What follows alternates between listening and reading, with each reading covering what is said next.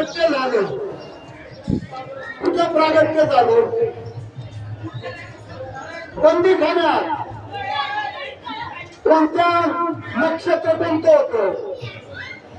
रोहिणी नक्षत्र. भयंकर अंधार.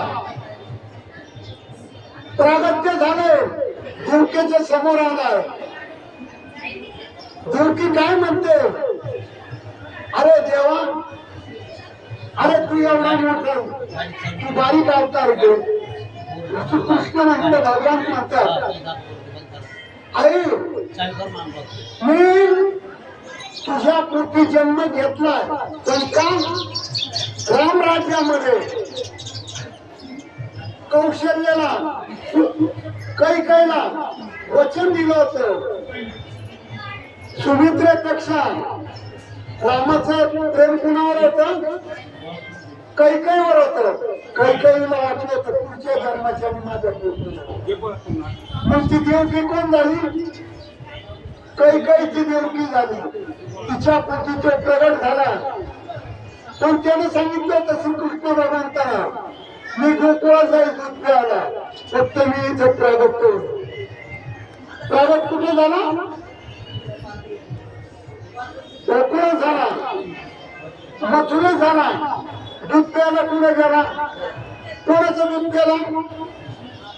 दूध कोणाचं पिला? यशोदेचं. मग सांगा, तिथं बातमी वसुदेवाने एवढ्या यमुनेला पूर आलेला असताना तोच कुठे गेले?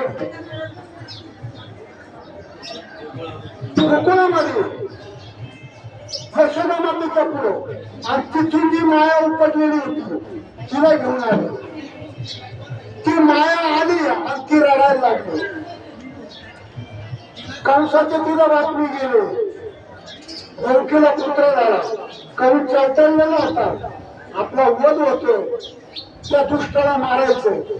ज्याला पाहत होत ती मुलगी बाहेर आणली खिचून. देवकी पाया पडते, दादा मारू नको, मारू नको. पण निर्दयी होता तो.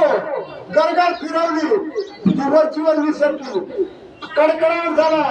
तिने सांगितलं, अरे कंसा, अरे तुला मारणारा माझ्या अगोदर जन्माचा राहून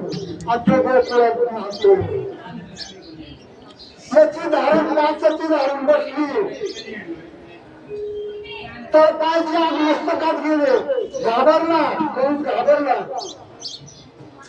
तर इकडे बघा दुसरी बाजू, गोकुळामध्ये सकाळचे मार रडायला लागले. आणि कशाचा आवाज झाला? मग सगळे नंदबाबाकडे गेले. बाबा बाबा बाबा, लाला भयो, लाला भयो, लाला भयो. मग त्यावेळेस गोकुळात काय झालं?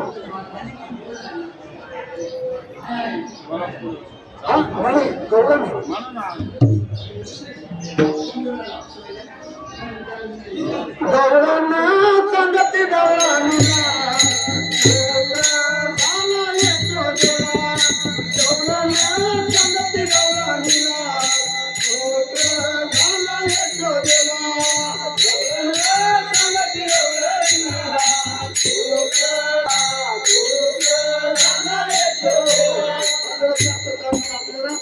थोड्या वेळात प्रवास उरकून जायचं.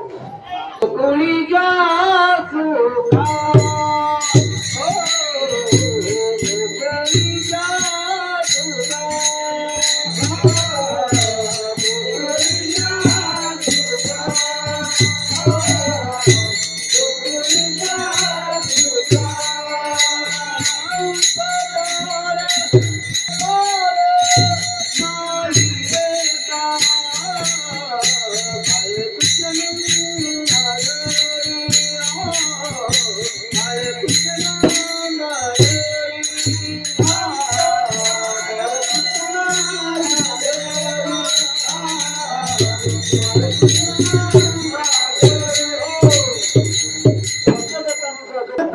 सुखांत पार नाही लोक जाण कृष्णानंदा घरी आनंद जाणार. जेवढा आनंद झालाय गोकुळात, त्याचा पारावार नाही. करतात काय ते गवळणी एकमेकी पुढे धावतात, ताटीवाटी सुंटे वडे वाटतात, एकमेकीच्या पुढे पडतात, घरापुढे रांगोळी घालतात.